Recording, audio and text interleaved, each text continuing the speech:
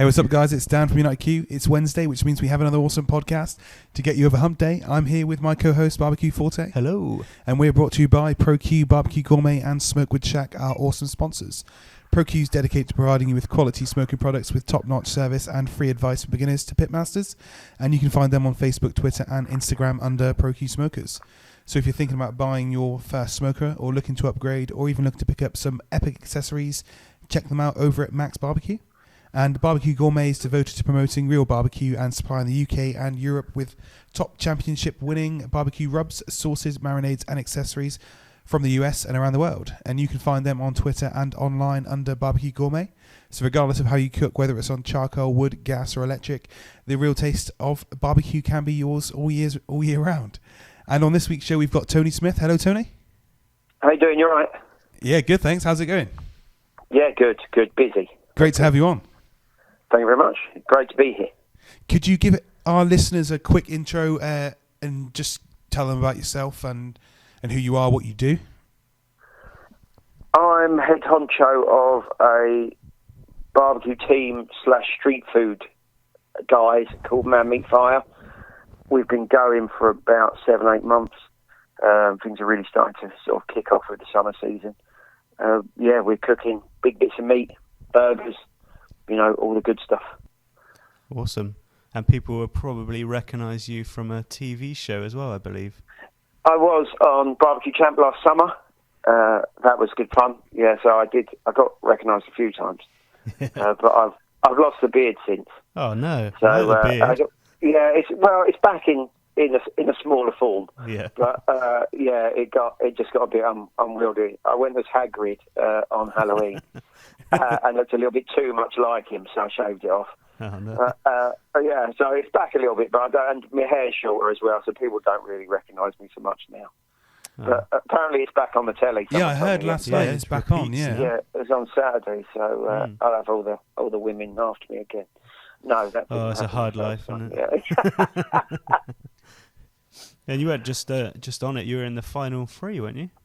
I was. I came third. It was me, Emma, and Simon. As you probably remember. Yeah. Funnily enough, we were all sort of like barbecue buddies before that. Yeah. I've been friends with Emma. So I've been friends with Emma for a long time, and I knew who Simon was because he was in Hammer and Tongs barbecue team, and I know them. So we all stood there like, oh look, it's the Grill Stock 3. Yeah. In the final. Yeah. Yeah, Emma's a great girl, and Simon's top man, top bloke. We've had all top three barbecue champers on the show now. That's right. Yeah. Me and Simon are going back head to head at Grill Stock. Oh yes. I got redemption time for me. I'm going to do one of them posters like a boxing match. Yeah, do some fighting talk videos. Oh, that's it, yeah. I spoke to you the other day, we was laughing at that, yeah. I said, this is my year, I said. Cool, so you've got a team competing at Grill Stock this year? Yes, we're competing. We've got practices going on a lot while we're cooking, for the food for the public and such. Mm-hmm. We try and get as much sort of practice in. Chicken and is the one I'm really trying to sort of concentrate on at the moment, and brisket I haven't even really thought about. So I've got 2 months, 9 weeks, something like that to go. So the clock is ticking. I've got a fair bit to practice with. So do you plan to serve up the same sort of food that you're serving at your events, or are you going to change it for competition? Change it for competition. It's just a completely different thing, isn't it? It's not what you'd really eat or what you'd ever serve, I don't think, is what you would give to the sort of 6 judges, or 8 is this year, judges who are sat around that table. It's one bite. You've got to prove yourself, and you kind of don't get that in a restaurant. You've got the whole meal, This is literally one bite that's got to look as good as they bite through it, and come away with no skin, or ideally with teeth marks in it, like perfect bite on a rib. And that you don't do that in a restaurant or on a street food market or whatever. You just give someone a nice plate of food, they sit and enjoy that, and that's that. So it is a completely different animal. So you're going to find time to practice that competition standard of cooking as well. Yeah, we've been doing a bit.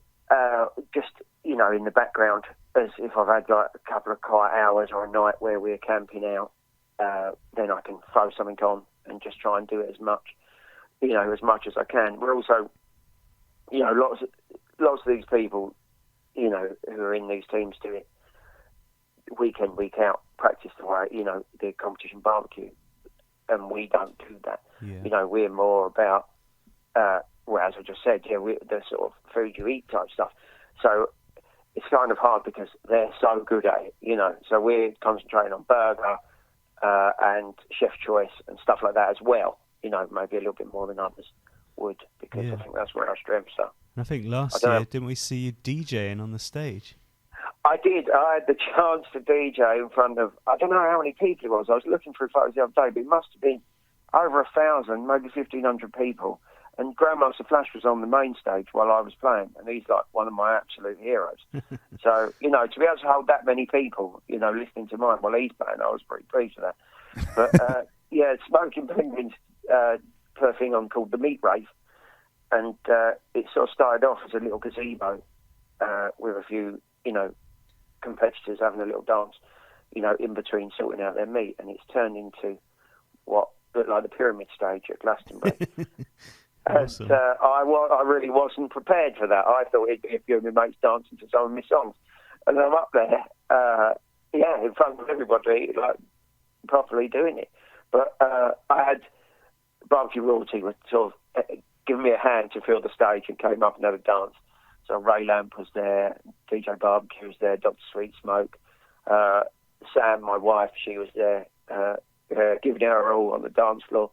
It was brilliant. That was my squad for that the must day. be so surreal looking out at that crowd dancing to your music. Oh yeah. Well, I had someone dressed as Tinky Winky as well dancing with me on the stage for a bit. I think he was from Holland. But, no. I'm from Plymouth. I'm not from Holland. It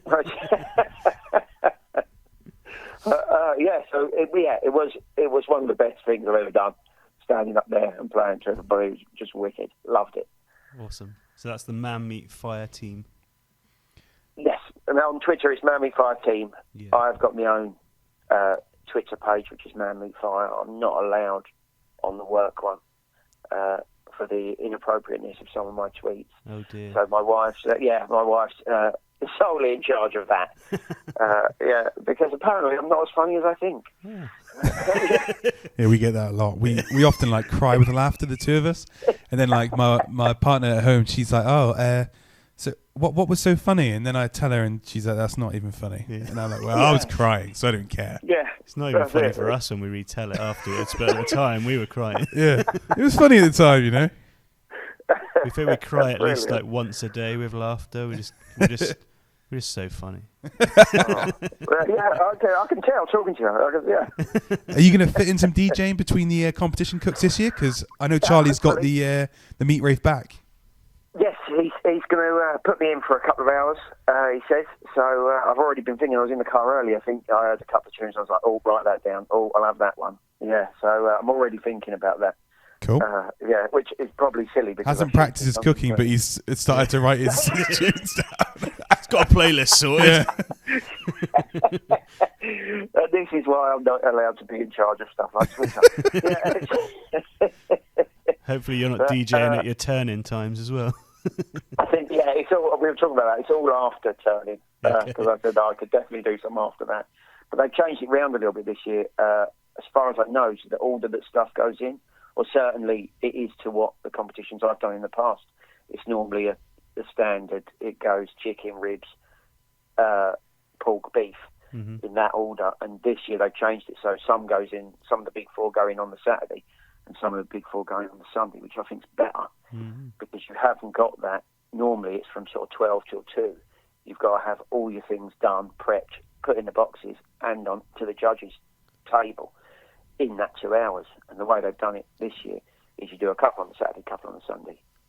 So it does sort of spread out that stressy time. Yeah. What about the extra rounds as well? Are you going to be competing into those? Oh yeah, absolutely. The burger one, I've thought a lot about that. Chef's choice, I think we're down. I'm not. Do you know what song goes best whilst you're making the burger? The song? Yeah. Oh, yeah, well, I don't know. Baby Got Back by Sam Mix-a-Lot, I read. Oh, yeah, I dropped that, definitely, yeah. Yeah, so we've been doing that. I'm not actually doing the chef's choice. I've left that to another couple of members of the team to deal with that. But I've every faith in them. It is a good dish. I'm not going to say what it is, but it's a corker. You said you're interested in burger. Any general hints and tips for our listeners to improve their burgers? Burgers, reverse sear it. Okay. Is something I've started doing, and I read it on Amazing Ribs, and pretty much whatever Meathead says is gospel for me. Yeah, guys, if you haven't been on AmazingRibs.com, check that out. There's some really awesome hints, tips, and he likes to look at like the sort of scientific side behind things. So if you're a bit of a geek like me and BBQ Forte, get on there and have a look. It's really cool. Mm. Yeah, it's my go-to place to start. Whenever I start anything new that I haven't tried before, I look to see if he's got anything to say about it and take what he said and use that and sort of carry on from there. It really is sort of like my Bible. Yeah, there's so much on there, isn't there? Yeah, He's got a book just come out, so I've got that on order at Amazon. So, cool. I need to get on and check that out. I haven't got that. Yeah. So reverse sear. That's what we were saying. So warm it on the cooler side of your grill first, till about sort of 10 degrees before you want it cooked, and then just hit it hard with the fire. Yeah. There you go. That's your best burger. I cool. think. What sort of temperature are you cooking to internal on the before you sear it off at the end? Are you keeping it rare or medium rare or? To sell, we have to keep it medium. Not allowed to. Health and safety thing. Yeah. So we do it to 75 standard. You could, if you ask for it rarer, I'll do it. But you know, that's up to you. You know. For me, I would have... You have to give them the tongs to bring it off themselves. Yeah. I'm not allowed to sell it to you. I'll just leave it here and you take it. Yeah. So, for me, though, medium rare every time. Yeah. Cool. Awesome. Yeah, as a personal way, I'll do your burger. Yeah. But it's different, you know, and people... I had one recently where they asked for it well done, and then it came sent back because it wasn't well done enough. So my team partner, Gareth, had to do it, because I was a little bit cross and offended. I refuse to cook it this way. I cannot work under these conditions. Gone all diva, have you? Threw my tongs up in the air, that was it, yeah. So that happened, and I wasn't very happy, but she obviously wanted it cremated. So, so she got what she wanted in the end, but I wasn't happy about it. She's got a piece of charcoal in the end. That's it, yeah. Just have this, love. Yeah. Yeah. What about what meat content do you put in? And you go for like a chuck steak or? Yeah, chuck is good. I tried a rump burger the other day, which is something I never thought I would even bother with, from a company near here. We were up in Ripon, in North Yorkshire, and that was very, very nice. Mm-hmm. But I try and do a 75 to probably more like 80% meat to fat. I think that's what it looks like. Mm-hmm. You know, when I throw it in. So that's a good. It's not too, it's not too greasy. It doesn't sort of stick to the roof of your mouth when you're eating it. But then obviously it's not dry either. So cool, nice. What dressings do you think make the ultimate burger? What? Like dressing up with like your barbecue sauce, your cheese. Like what if you're going to build up the ultimate burger? What's it going to be? We've just started serving a thing we like to call the Fire Marshal, and that's got chipotle sauce in it, chipotle mayo rather, jalapenos, spicy cheese, and then I was at the Great British Food Festival last weekend and we picked up a garlic and pepper sauce, but it's just amazing. So some of that goes in, and then lettuce, onions, tomatoes in a brioche bun. That's my new favourite burger. Sounds awesome. We're both big fans of the heat, so that sounds like... I'll definitely try that. We need to try that out. Yeah, it's not boiling up. You can still taste all the elements of the burger. It's kind of madras. That's important, though. I always feel... I mean, I can my palate can handle very, very hot, but at the same time, I'm one of the people that I just think that it gets to a point where you can't taste anything else. There's no point. Whereas, you might as well just pour some, hot sauce in your mouth. Yeah, exactly. Yeah, so it becomes a point where there's no point of actually eating that meal because you can't taste anything anyway. So you got to get that balance right, and I'm looking forward to trying that burger. Yeah, no, you have to. I think there's a picture on the Twitter awesome. from the weekend. I took a photograph of it. I was pretty impressed with that. Yeah. Cool. So that's normally, that's my favourite burger at the moment. Normally, I would say what we call an original McFire, which is a bacon cheeseburger with a bit of snazzy bits in it. But that's it's all like standard. But at the moment, I'm loving the Fire Marshal. Cool. You just mentioned the Great British Food Festival, was it? Yeah, we are there all summer, actually. I think all but one we're doing due to a family wedding. But we're demoing, which is nice. So we've got a big rig. It's a huge stick burner. It's probably with the trailer attachment. It's probably 3 meters long by whatever 7 foot high in meters, 2.5, something like that. It's huge. It goes on the back of our van, and that is put next to our stall with tables out the front. And I just demo during the day, showing people how it works, awesome. What to do. And we've got a couple of pro queues there as well. For obviously you're not going to go and buy a ridiculous 3-ton barbecue unless you're going to use it professionally or in competition. So I could probably be tempted. Obviously not you personally, but you're man on the street. So we've got some pro queues there, and I sort of demo them out and show them how it works and how easy it is, to get to grips with, because I think people are quite daunted by the thought of actually getting this big hunk of meat and turn it into something you'd actually want to eat. Yeah. I know my first couple of goes, they were not certainly anything you'd want to eat. Yeah, you could use them as from on the tyre fire. That's all they were good for. So we're demoing there. It's been a lot of fun so far. We're there this weekend.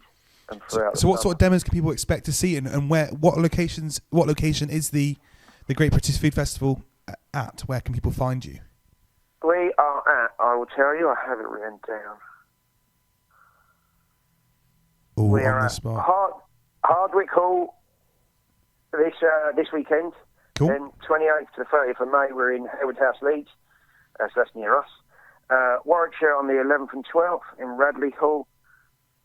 Then it's Northampton, 23rd and 24th of July. Wiltshire, 20th and 21st of August. And then Cheshire, 25th and 26th of September. Oh wow! So it's a big old gig. Oh it's a long run, which is lovely. We had the rest of the trophies there are all great as well. We've done one so far, and we had such a good time. There's also about 300 ukulele players just sort of hanging around and doing impromptu gigs. It was amazing. You can't be in a bad mood if someone stood next to you playing the ukulele. Honestly, I'm thinking about taking it up. But the demos have been very sort of casual. What I pretty much do is cook and then cut the meat out the front so people can come along, have a chat, see what I'm selling them, have a little taste. I'll explain how the big smoke works, how the pro queues work, what, about wood and, lighting the chimney starter and all that. And just, it's just pretty much like this, but stood in front of a barbecue. Very casual, laid back. But it's created quite a buzz. People really want to come around and see what's happening. Because it is a showstopper. Casey Jr., our smoker's called. Casey Jr. And who makes that? I was going to say, can you tell us a bit more about the stick burner? What actually is a stick burner? And a stick burner is a huge offset smoker. The one we've got is a reverse sear. So, no, it's not. Sorry, it's a reverse flow. So you start a fire in the box. The smoke and heat travels along the bottom of the chamber, then goes back on itself, smokes and heats the meat, and then comes out the chimney. It's also got a warming box / wood-fired oven you can sort of turn it into on the back of it, and that's how it looks like a train, and that's why it got called Casey Jr., because that's the train. If you didn't know, that pulls Dumbo along. Did not know that. Yeah, there you go, but it does look like a train. I've just found a photo of you with it on your Twitter page, so There's a picture. It looks awesome. She's hungry. Yeah. She's a hungry beast. We go through sort of 10, 12 bags of wood a day, a couple of bags of charcoal. Wow. But yeah, you just use the wood as the sort of prime source of heat, and then just cook it in the chamber, and that's it really. Cool. And where do you buy something like that from? A friend of ours called Paul Yates, he's from Q Fresco. He built it, and it's on lease to us for a year. And then I'm not sure what's going to happen next year because I didn't know what was going to happen this time last year. So, if you'd have said, in a year's time, you'll be sat doing a podcast about the barbecue food you're cooking and selling to the general public, I would have told you to stop being so silly, or words to that effect. But, so we don't know what's going to happen next year. We might go down the gravity-fed route, or we don't know. Yeah. I might retire. I don't. Oh, you're doing that well, are you? No, I'm retired poor. I'll just retire. Yeah. Just rely on his once-a-year meat rave DJ. That's exactly, yeah, because I get paid in beer there. Yeah. So that's me, so it's a huge beer kit. It really is. And so it's hard work. Sorry, carry on. No, you carry on. It's hard to use, and it's taken me a long time to get used to it. I'm confident with it now. But a couple of months ago, obviously, we got it during the winter, so it's a lot harder to keep hot, when you're wiping the snow off it. And I was worried, thinking, we've got these things, but, I can do this on a bullet smoker or, anything reasonable size that you'd have in your garden. I'm very confident, and this, it was just a heavy thing to sort of comprehend. You've got to really keep the fire within sort of some degrees all day or all night. And I had a break for a couple of months ago anyway, so it's fine now. But it's hard work. They say, real men cook with charcoal and not gas, but real stupid men cook with just wood. That's actually the question I was going to ask you. I was going to say, so you mentioned that you use charcoal and wood. So do you use charcoal as your main heat source and then wood for smoke, or do you use a mixture of wood and charcoal for your heat source and then just the smoke from whichever wood you're using? Or no, I use charcoal to get it started because it's just the easiest and quickest way to get it hot enough, and then it's just wood from there on in. Unless it's a very cold day and I have to sort of pump it up a little bit with some more charcoal, I will just use the wood as the primary source of heat. Cool. Okay. And I'm sort of been wondering, because a lot of people talk about over smoking and you can only use a couple of chunks of wood and this and that. And how do you find that if you're cooking with just wood and the smoke's only got one way to flow, which is through the chamber and back out through the chimney? How do you find that? How do you find that with sort of over smoking and stuff? You can easily over smoke it, and especially if you've not got a clean fire. You've got to have sort of like a nice clean fire, not sort of sooty, not dark smoke, and that's got to be what you use to smoke your meat. If you've got a sort of a kerosene sort of burn going on where it's sort of very black, smoke coming through, then your meat is likely to taste rubbish. But for stuff like, or bigger stuff, beef, ribs, brisket, pork, it's all right as long as you can probably maximum is about 3 to 4 hours for me that I can have it in the smoke. Then it has to be wrapped, because obviously just using wood for 8 hours is going to... Yeah. I've wondered that for a while actually, so I'm glad you answered that. Yeah, so wrapping it's what stops the smoke then. Yeah, you can do it for 3 to 4 hours, I would say, and then it has to be protected from the smoke and just carrying on getting the heat. Cool. Yeah, but I use mostly oak at the moment. Yeah. I've got a load of oak. I was using beech, and it's very surprising. You get so used to using it, and then you change to oak, and it's surprising how much harder oak is than beech. It takes such a longer time to sort of get hot and get roaring. You know. Yeah. See, that's another thing. Yeah, I guess because you're using it as a heat source rather than just a flavouring, you need to take all of that into consideration as well. Is the sort of the temperatures different woods burn at, and stuff like that. So yeah, that's quite interesting actually. Yeah, that's it. I've tried a few different ways. I've tried having a separate fire burning and then transferring the coals over, because I saw a video of, is it called Skyline? Where they do the whole hogs. Yeah. So they've got this huge fire one end of their smoking pit, and then they transfer the boiling hot log. The embers and stuff. Yeah, the embers and that, they transfer it to the pit where the pigs are. So I tried that and just filled my garden with smoke. So I haven't done that again. But I try and warm the logs as much as I can, and then just get them on. That's the best way I found. Are you using like quite big logs as well in it? I guess it's not like the little chunks that people they are. They're pretty much the bags you see at the garage that you use on your wood burning fire at home. Yeah, it's them. Yeah. Pretty much. Start off with smaller bits and a couple of chimneys of charcoal, and then to build it up until it's a big fire, and then that's it. You just have to remember sort of every 20 minutes, half an hour to put another one on, because you take your eye off the ball for a second, and then you've got a couple of hours of trouble. Yeah. Especially during winter months and stuff like that, because it can drop so quickly. It's not the sort of thing you can just leave going overnight, really. Then you have to keep tending it a lot. That's right, which is why gravity fed is seeming so. It's such a good idea at the moment. Yeah. Yes. I'm not as young as I used to be. I'm getting on there. I need this heat. Have you spoken to a great person to probably speak to? Would be like Lord Logs or Matt Williams from Oxford Charcoal Company. Actually, we're sponsored by Big K actually. Okay. So they supply us with our wood and charcoal, which is very kind of them. Cool. They're awesome. a great bunch. Yeah.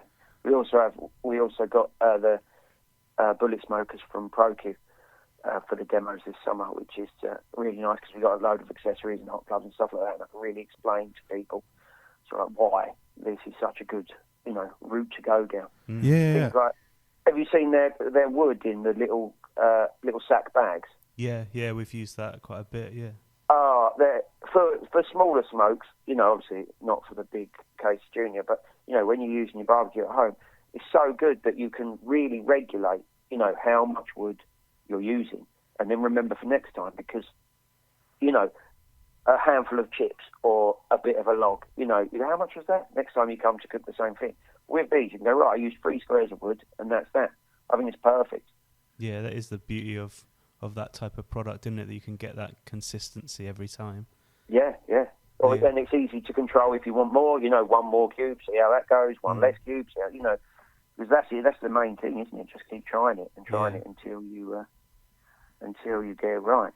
I recently got a delivery of a load of different woods from Smokewood Shack, and they're fairly consistent, to be honest, on their sizes of their chunks as well. Although it is like a split log, and they're varying slightly in size. They're pretty evenly sized, I find, when I've been through my bags. Really sort of evenly sized, but just more naturally cut chunks. Right. But that still allows you the same thing to sort of keep track of how many used on this cook, and it is massively important. Like when you get to like recipes and stuff, it doesn't go just some of this, some of that, some of this, some of that. Yeah, exactly that. Your temperature's got to be spot on, so the amount of smoke you add to it, it's got to be the same. The same as the amount of salt you would add or sugar. Yeah, exactly. Have you tried the ProQ wine barrel one? No, I haven't. Whiskey. Actually. Yeah, they got a red wine. Oh, right, yeah, sorry, yeah, they do, yeah. The whiskey's a new one, but last year I had the red wine bottle one. It was really good. It smells so nice. Good? Yeah. What else did you get from Smokewood Shack? Got so much. So much. I got 9 different ones this week. Oh, yeah. Yeah. Literally got their whole range, and they've just brought in grapevine, and so they sent us a bag of the grapevine to try out, and I got my woods from them on Friday, I think Thursday or Friday, and I haven't had a chance to use the grapevine yet, but but their wood is just it's you great. have to let me know, because I've heard of you. I've never used it. Yeah, Dr. Sweet Smoke was on the show about a month ago or something, and he was talking about how like one of his favourite to use were grapevine. So Smokewood Shack actually sent him some, because he said he's never seen it here in the UK. So they got some in the post to him as a little surprise, and he loved that and gave that a try. So I definitely need to get on that and give that a go. Yeah, do it. I got some hickory from them, some cherry wood, pear wood, oak wood, maple, grapevine, silver birch, apple, and beech. So I've got a few there to play with. Yeah. I like cherry. Yeah, I used cherry yesterday. I cooked a belly pork from the new grill stock book yesterday, and you was at the launch, weren't you? Yeah, we went to the launch party. Great. Got to good fun. Eat loads of barbecue food and drink free drinks all night. So they obviously know how to throw a party, hence grill stock, the festival. Yeah, right. So it was cool. Good, good. Great food. Cool. So they had these girls walking around with trays of. It could have been boys, nothing that does it. But they had people walking around with these trays of barbecue food. They had their big trailer smoker in there, smoking the whole time. And being barbecuers, like you could tell who the barbecuers were. We all flocked, like stood around the smoker. We were there with Priscilla and a bunch of swines, Ed and Mike, and Charlie. Charlie turned up from Smoking Penguin, and we were all just sort of crowded around the smoker. And I was. Wicked. Yeah, so I had smoke in the eye the whole night, so I couldn't really see much. Free bar. I saw some photographs. It looked like a lot of fun. Yeah, it was really good, great fun. Priscilla was looking stunning as always. You had to tell me. Oh, sorry, she had to tell me. I tried pulling her a couple of times, but it didn't work. Yeah, we've all been there. Way out of my league. She's way out of my league. She had this fantastic smoky lipstick on, and it just really did it for me, you know. We all had to squeeze up a bit tight together in the back of a taxi on the way there as well. Yeah. A bit jazzy. Yeah.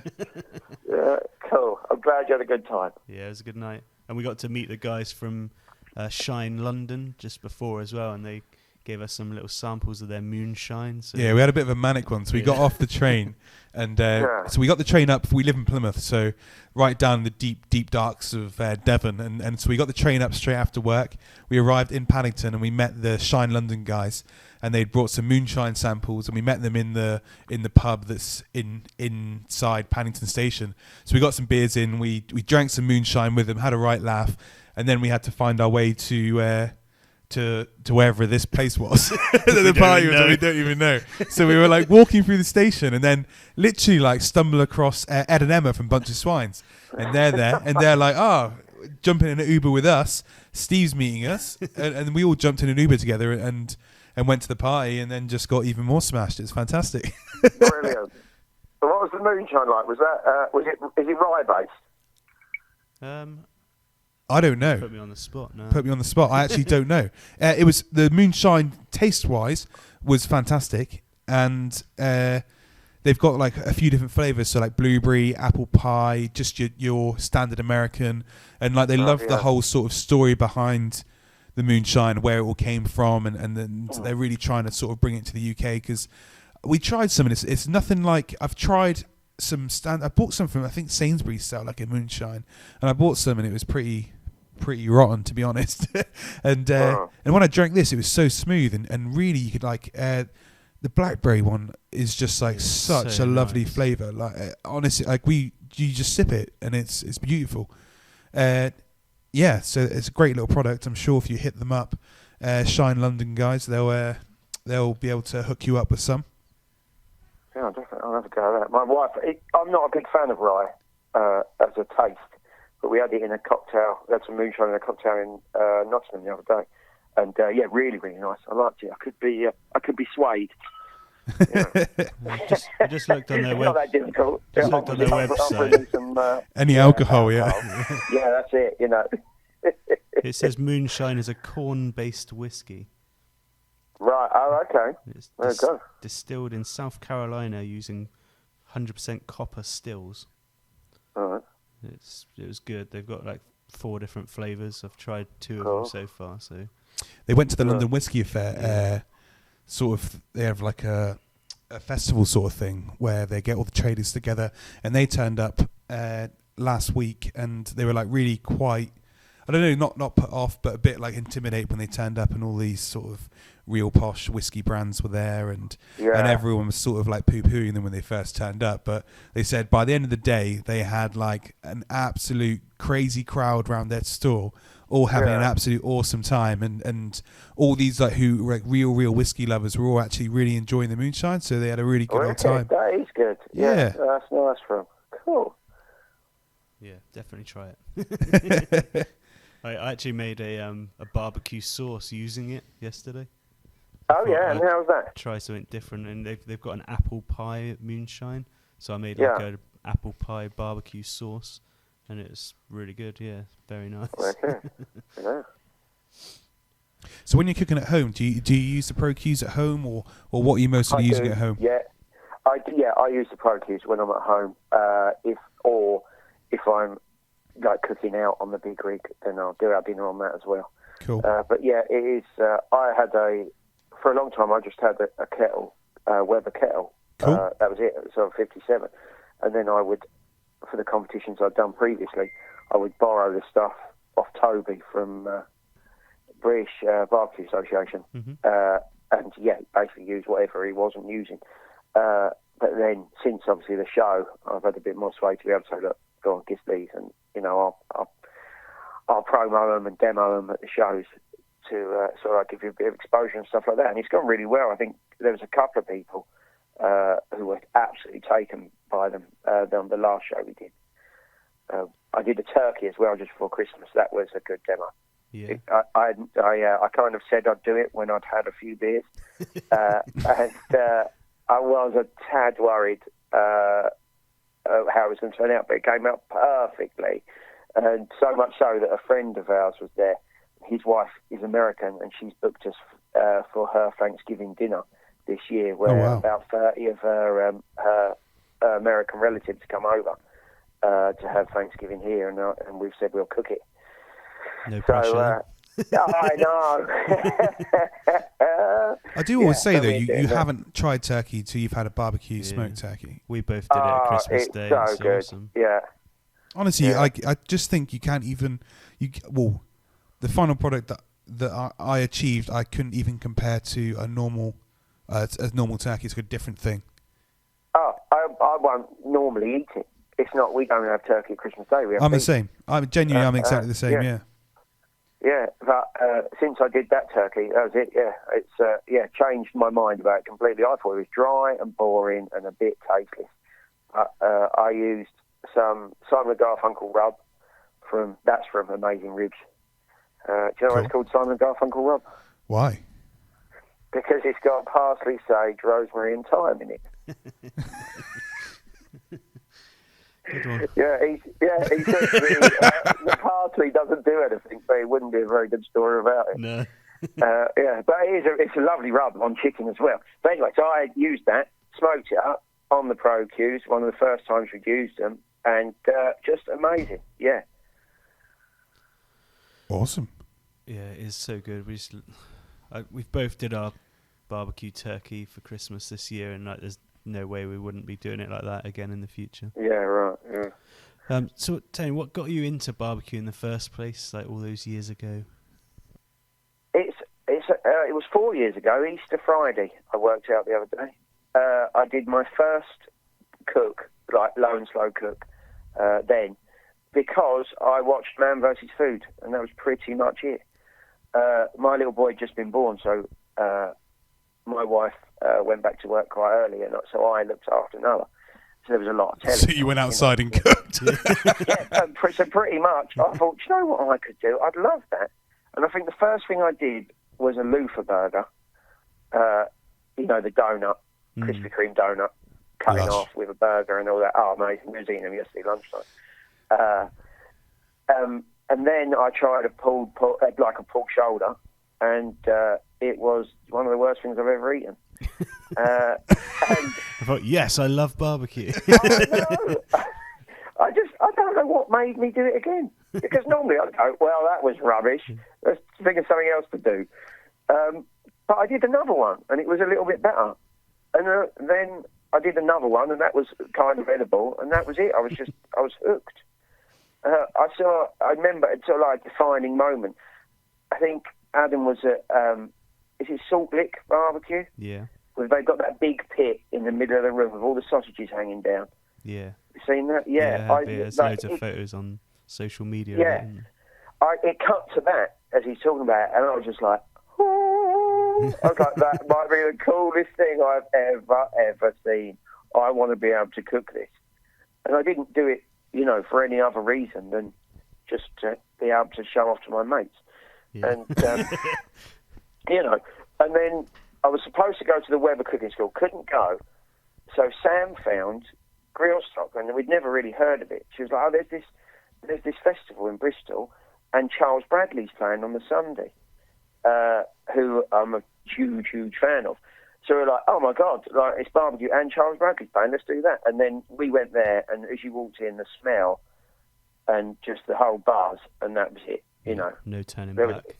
There literally none. My entire life now is taken up with, some sort of smoke, hitting some sort of meat with some sort of fire, and that's it now. With a rub, and not really much sauce. With a rub, that's it. That is my life.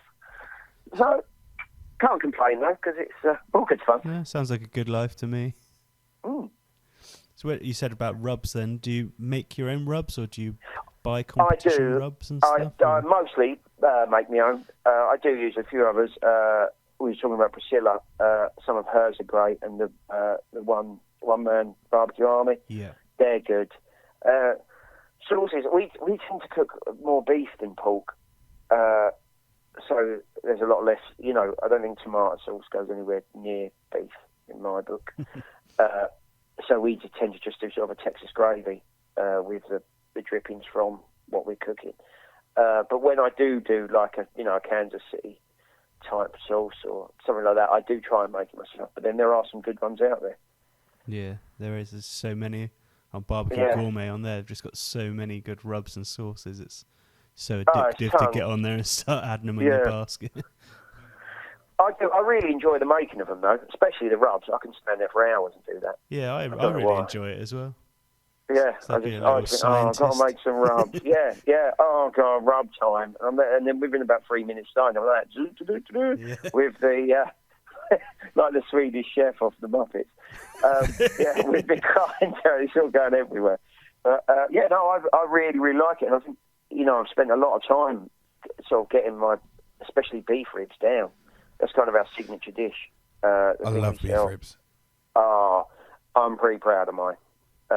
As you saw on the show, I did pretty well with them, and I've been doing that for a long, long time. That was one of the first things that I really sort of got good at, because we had it at that grill stock actually from Bodine's. One of their wagons was there, and I'd never even really seen it before. And I was like, oh my God, what is that? It's like a pork rib on steroids. The taste of beef. Yeah. Look at a pork rib on steroids. It tastes nothing like a pork rib, but it's really good. Yeah. What is that? That's amazing. I want to cook that. So that is one of the things that I've sort of concentrated on the most on the barbecue. Could you give our listeners a quick sort of like run through on how to sort of cook a beef rib, or how you would do it? Beef rib. It's funny in this country. There's two different types. Because there's like a line of fat between the two bits of meat. You can get it with a top bit on or without. And generally, in barbecue, it's just the bottom bit. And that bit is just really buttery, and it's like no other meat you'd taste. It's amazing. The top bit's good. It's more like roast beef. It's a bit like brisket flat, isn't it? It's a bit like that's that right. Sort of... Yeah, it's not that far away from it, is it? Yeah. Not the chuck one, the other ribs. We don't cook it with that top bit of meat on. We just cook the bottom. And it is just literally rubbed, salt, pepper, garlic powder, and a few secret bits. What are these secret bits you mentioned? Fairy dust. Yeah. If you whisper, no one will hear you. It's the songs I play while I'm rubbing it that helps. Oh, this song marinates it like a bitch. Like a bit. That marinates it a bit, I said. Oh dear. Oh dear. Some Kenny G. Yeah. Right, back to recipe. Sorry. So you've rubbed it a bit. So rubbed it, left it, and then it is just, just smoking gently with oak for about 4 hours, wrapped with some beef stock, and then probably for another 3 hours. I do it. I'm a little bit more of a hot and fast cook than sort of on the low and slow scale of things. I probably come in quite hot and fast. So yeah, I can have it done. This is like a rack of probably 4 ribs, beef ribs that you get from the butcher. So when you say you're cooking them hot and fast, what is that, like a 275 or? Yeah, 275 to 300. Okay, I do. cool. Just a little bit of meat, a little bit of wood, so to sort of affect the meat, and then wrap them with beef stock, and you're good to go. Once they hit about 93 Cs, I don't know what that is in F209, something like that. Yeah, something like that. Roughly around that sort of 93, 94 Cs, and it just there's a thing called the barbecue wobble, and if you push the meat and it wobbles like a jelly, that's when you know it's cooked. And right, I'm going and buying some beef ribs in a minute. Oh, they're so good. I had some yesterday, but I want them again now. I'm cooking, I think 80 racks of 4 this week. 80 racks of 4? Yeah, where can we find you? Yeah. It's quite far from you. We're up in North Yorkshire, so we're in Ripon. Yeah, 80 racks is worth a drive there. It would be worth a go, yeah. I'll give you man versus food, Alan. Just keep them coming. Yeah. There's a picture on our Twitter, I think it's on mine actually, of the ribs in the smoker. It's a pretty cool photograph. Just loads of them. But so I've got them to do this week for the Great British Food Festival this weekend. But we sold out last time by 2:30 on the Sunday, so we're going to try and make sure that doesn't happen because there was a few disappointed faces. I don't like that. Yeah. I want people to eat my food. That's why we do it. I don't want us to be sad. So I'm going to try and get enough through to everyone there who wants them. Obviously, can have them. Yeah. One of my favourite things that you cooked on Barbecue Champ, and I'm not sure if my memory serves me right, but I think it was like maybe one of the first things you cooked was the fish with the Himalayan salt on it. It was the very first thing. Yeah, it was the very first thing. It's weird that you peaked at the first the first round. Me peaked too soon. I don't know what you're talking about. I don't think I actually did peak then because I also won the rib round. Not that I'm putting. But yes, that Himalayan salt thing, the fish is just the best bit of fish you will ever eat. You don't necessarily have to have the Himalayan salt bit, but I think it gives it it makes it look better. And they use that stuff for like baths and stuff like that. So if some good like minerals. Well, after you did that, I went really straight out and bought some pink Himalayan salt. Did you? Yeah. Did you try it with the fish? Yeah, I just did it a lot smaller though. I didn't do anything as massive as the one that you served up there. But I just did it on a smaller scale to try it out. Have you seen the wood planks? Have you seen they're doing like Himalayan salt planks? No. I've got one actually. Oh. Yes, it's for steak. It has to be a thick bit of steak so it's not too salty. A lot of salt comes out. Okay. Of it into the meat, so it's got to be inch thick steak, and you can't leave it on there. That's where reverse sear comes in really well, because I warm it, then sear it on that, then give it a little bit of flame at the end, just to sort of brown it off a bit. But yeah, I found that you couldn't have it on there too long because it is very salty. Yeah, I saw them and I thought, that's going straight in my basket. But they're about 50 quid, or not. That's a bit of an exaggeration. But the ones I saw weren't that cheap. So I'm going to. I will venture. Was it just soaked in? Yeah, it's salt water that's another tool in your arsenal, isn't it? It's just another way of doing something a bit different. But so that fish, I used that. It was my wife. I say it was my wife who sort of like helped me get it sort of to where it was. But I could say that about anything that I've cooked. Giving away the secrets here. That's what my secret is. Yeah, it's all her. I'm just the front man. Yeah, I won the Mayhem in May Chef's Choice with that the year before, so I knew it was a strong dish. Yeah. And I put it up for that one because I didn't know if I'd get a chance again to do it, use it like we knew in advance. They'd told us, there's a kebab round, there's, a dessert round. That went well. Let's not talk about that. A big meat, that sort of thing. So I thought, well, I'll put that in there then because I don't know if I'll be able to do it again. And I'm glad that it sort of turned out as it did. Yeah. Even if I did peak too soon. But, Oh, I see that really cut deep. I was only joking when I said that. Not that soon. He was into the end. He was at the last episode. No, I said it's my wife who basically makes sure that what I cook is good. The other day I did... when you were off camera, your wife actually came on and finished off your things. In some of the shots, you can see it's her with a beard. It's my stunt double, but she can actually cook and I can't. I've been working, doing a few bits with Colby from Mr. Sin Sauce, who was on the show. And he said, I'll send you some stuff, do a recipe, and we'll do a thing, put it out. And I said, okay, I'll do that. And I made this recipe, and it was lobster, chili lobster in Tagliatelle.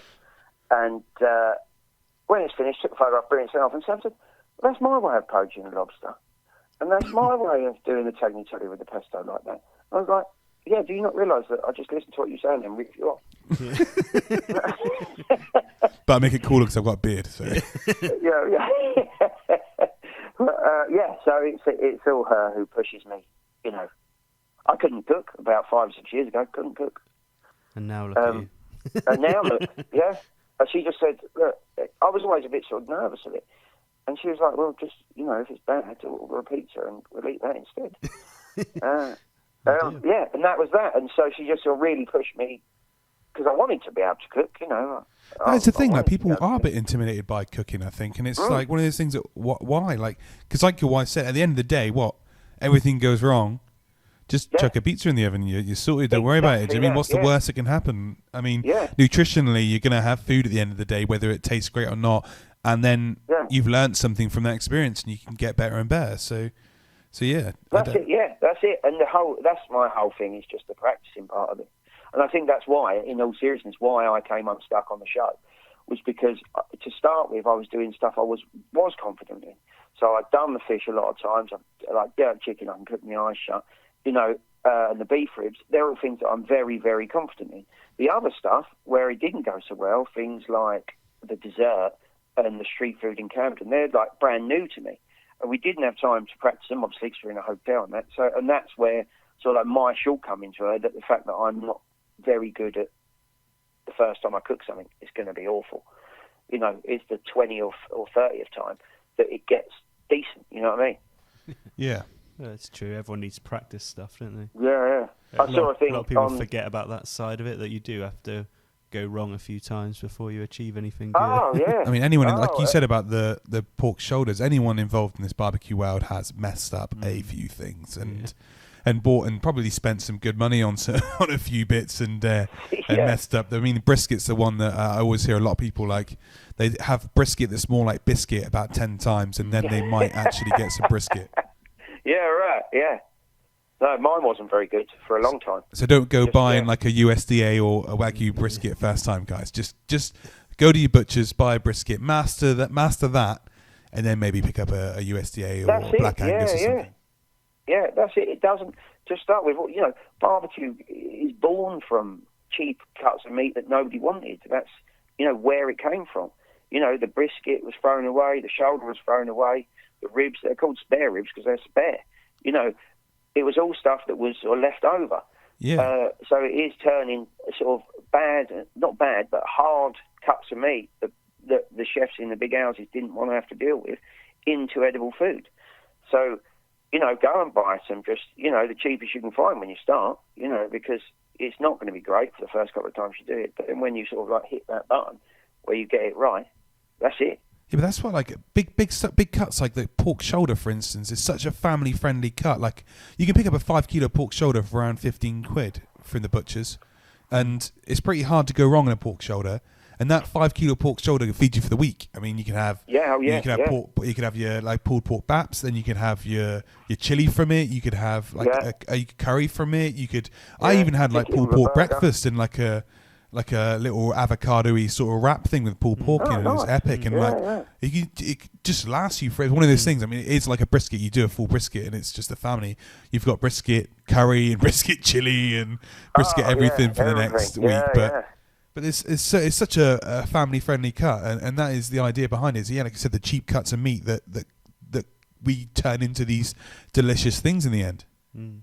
We usually always try and get 3 days of meals out of anything that we'd cook. Like if I do something on a Sunday, we know that that's our meat now for the next 3 days. Yeah. Well, you try that, but people turn up round our house. Yeah, I know, especially if you post it online. I haven't seen for a while. What are you doing there then? Yeah, we had that in work today. We have a barbecue Monday every Monday because we normally cooked whatever we've cooked over the weekend or whatever. We bring it in so each other can eat something on the Monday. And we had a phone call this morning from one of the ladies in the office upstairs, and she was like, it's barbecue Monday. Have you got any food, have you? Yeah, my alarm's just gone off to remind me. Yeah. Yeah, my calendar notifications just popped up. Barbecue Monday, I'm coming downstairs. All right. Yeah. Oh, I might have to be around for that. Yeah. So you're just quickly your catering menu is that influenced American barbecue, or is that a mixture of different stuff, or? It's based on American. I've tried to we do a platter, and this has kind of turned into our sort of like our main showy piece, and it's got on it beef ribs, like we were just talking about. It's got a smoked sausage, which is a bratwurst we get. They're imported from Germany. We get them from, I think it's called the Sausage Man. He's in London somewhere. But that's unbelievable. Yeah, unbelievable bratwurst. And that's just smoked lightly. There's pork shoulder. No, it's not. It's pork belly, sorry. Pork belly that's then the cracklings fried to give it like a real crispy outside. And then there's pulled chicken as well, or fried chicken or smoked chicken, depending on what I'm fancy doing. So we've got like 4 very different types of smoked meat on the plate. There's hardly any in the pork because it's protected by the skin so much. But then the beef rib is like very, very smoky. Our smoke ring on the beef is, can be half an inch deep. And then you've got sort of like the processed sausage meat, which when that's smoked, that tastes completely different again. I'm just on your menu now. That's 14 quid for that sharing platter. That's freaking awesome. Yeah, 14 quid. Yeah, 14 per person. Yeah. Well, still, that's great. It's which we want big portions. We want people. We say come hungry, and you want to go home, full. And a lot of the time that doesn't get finished. But then sometimes that bone, the big beef bone, is just licked clean. It's hilarious. Like a dog couldn't get any more meat after that. There's marrow bone being picked out of the middle. It's like you can be proud then. So I enjoyed that dinner. Yeah, but so there's 4 different types of or different ways that it's smoked that affect it differently. So it's not just a bunch of pulled meat with barbecue sauce on a plate. You know what I mean? So I've took bits from all over to try and get that. So the taste varies from each different bit of meat you try. Oh, and I've noticed you got a veggie option as well, the Virginia grill. We do. Yeah, I was watching how to pronounce that right. You did it. Don't dwell on it. Right, yeah, we do. We've got a couple actually. My 2 daughters are vegetarian, and were before I started barbecuing. For the record, it wasn't that put them off to me. You ruined it for them. Yeah, so we have quite a lot of vegetarian dinners in our house because some days I just can't be bothered to do 2 different types, and so we end up having the vegetarian one. So we always try at some barbecue places, and especially ones who do like pop-ups and kitchen takeovers. They don't offer a vegetarian menu, and I think for a mouse like what we sell, it seems like 1 in 10. I don't know if that's true. It's just that's the experience we've had. It seems like 1 in 10 orders is a vegetarian order. So that's 10% of your takeover. Yeah. So, and also it shows that we care. It's not just about the meat, we care about it as cooking and as food. Yeah, it's expected now, I think. When you go places, you expect to see a vegetarian option on the menu. So I think the places that aren't, you need to fix that, guys. Come on. It's 2016 now, come on. We have. So, some places, the girls have to have just sides, and some places that's fine, and the sides are great, but other places are just like, really? Yeah, I think also that for you guys, that sort of vegetarian spin on things puts another emphasis on the sides, because I think, a lot of people will think of the sides, that, they are a side dish, and they've sort of forgotten about, whereas actually they should also always sing on their own. They should have a great place on their own. Yeah, and we do offer, there's a couple that have got meat in that we do offer as vegetarian options. I think the green beans we do with bacon and shallots and garlic, they're great. Sam had them, she was in America, that's my wife, end of last year, and I just basically sent her around to different barbecue hotspots on the phone, telling her, try this, have this, let me see that, take a Snapchat of that. Right. Video call, I want to be able to see this. Yeah, so her work trip to America turned into a barbecue pilgrimage for me via home. Yeah. I just saw it through my phone. Just get her to FaceTime you and just leave you on the table watching her eat. I was crying. She had to throw half of her. She went to Cat's Deli just before she went to the airport, and had to throw half of her bagel away because she couldn't finish it. I was just crying down the phone. Post it back. Bring it back, smuggle it in the country. Yeah, tinfoil it, it'll be fine. That's, why wouldn't they? Yeah, something nice from cats. It's definitely allowed in. Yeah, so I was well jealous of that. But she had these green beans in America, and they are amazing, really, really good, because they're not as rich as say the barbecue beans, so they have a nice sort of quite a tartness that cuts through the sort of the fat and the smokiness of the meat. Awesome, cool. Well, we are over our hour mark, so I'm going to have to literally put my hand down and say, "Stop that barbecue talk right now." Sorry. I've been going way over the top today. Obviously, I've eaten too much barbecue or something. It's too hyper. But thank you very much for coming on the show, Tony. It's been great. Not a problem at all. I've loved it. Could you run off again where people can find you, just so they can come on and ask you hundreds of questions about everything you said? We are on Twitter. Is probably the best place. I am man_meat_fire, and then the grown-up one is Man Meat Fire Team. They're both obviously @. That's probably the best place to find us. Or look up Great British Food Festival, find one near you, and come and say hello. Cool. Awesome. Definitely do that, guys. Yeah. I might even have to try and drive 1,000,000 miles to find one as well from deep dark corner. I'm trying to think where the closest one to you might be, but Warwick maybe, Warwickshire, yeah, still not very close. Down here, we're like miles away from it. It's like hours to anything, so we're used to it. It's all good. I'll Google Maps it for you and find out. Thanks very much. Cheers, bro. Thank you very much for coming on. Speak to you later on. Cheers. Cheers. Bye-bye. Thanks for tuning in, guys. We've recorded yet another awesome podcast to get you over hump day. As always, we're brought to you by ProQ BBQ Gourmet and Smokewood Shack, our awesome sponsors. ProQ is dedicated to providing you with quality smoking products with top-notch service and free advice for beginners to pitmasters, and you can find them on Facebook, Twitter, and Instagram under ProQ Smokers. So if you're thinking about buying your first smoker or looking to upgrade or even looking to pick up some epic accessories, check them out over at Max Barbecue. And BBQ Gourmet is devoted to promoting real barbecue and supplying the UK and Europe with top championship winning barbecue rubs, sauces, marinades and accessories from the US and around the world, and you can find them on Twitter and online under BBQ Gourmet. So regardless of how you cook, whether it's on charcoal, wood, gas or electric, the real taste of barbecue can be yours all year round. And Smokewood Shack delivers quality smoking wood every time. They provide the smoky goodness and you provide the talent. So if you're looking for smoking wood chunks, dust, chips or planks, then head over to smokewoodshack.com and you can find them on Twitter @SmokewoodShack. So goodbye from me. And goodbye from me. Ciao for now. Cheers.